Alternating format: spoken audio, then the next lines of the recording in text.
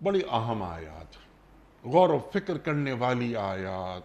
अल्लाहु अकबर। और पूरा कुरान हमें बताता रहता है कि गौर व फिक्र करो, तुम क्यों नहीं करते।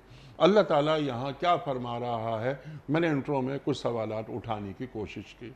इरशाद। पहले तो लफ्ज़ आयत को थोड़ा हम समझ लें। यहाँ आयत का लफ्ज़ आया जो कि आयत की जमा है। जी हाँ। आयत का हम तर्जमा उर्दू में करते हैं निशानी का, अंग्रेज़ी में करते हैं साइन का।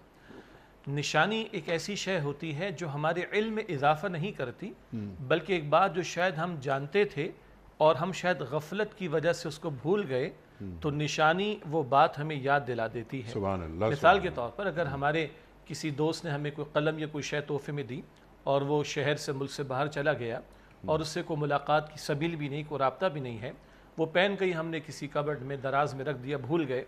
कुछ अरसे बाद उस कबर्ड को या दराज को हम जो है वो साफ़ कर रहे थे, वो कलम सामने आता है, तो उसको देखते ही फ़ौरन वो दोस्त याद आ जाएगा। सुभान अल्लाह। तो दोस्त को जानते तो थे मगर मुलाकात नहीं है, भूल गए, गफलत हो गई। जैसी कलम को देखा दोस्त याद आ गया। ये है निशानी का हासिल, ये एक बहुत बड़ा हासिल। कुरान हकीम का उसलूब ये है कि वो हमें ये बताता है कि अल्लाह रब्बुल आलमीन खालिक कायनात का तारुफ तुम्हारे लिए कोई नई शय नहीं है। तुम्हारी फितरत में उसका तारुफ वदीअत शुदा है, बिल्ट इन है। हाँ, कभी गफलत का शिकार हो जाने की वजह से तुम भूल जाते हो, तो उसने निशानियाँ तुम्हारे सामने रख दी। आयात आफाकी भी हैं, इस आफाक में, कायनात में, जिनमें से यहाँ ज़मीन का जिक्र आ रहा है।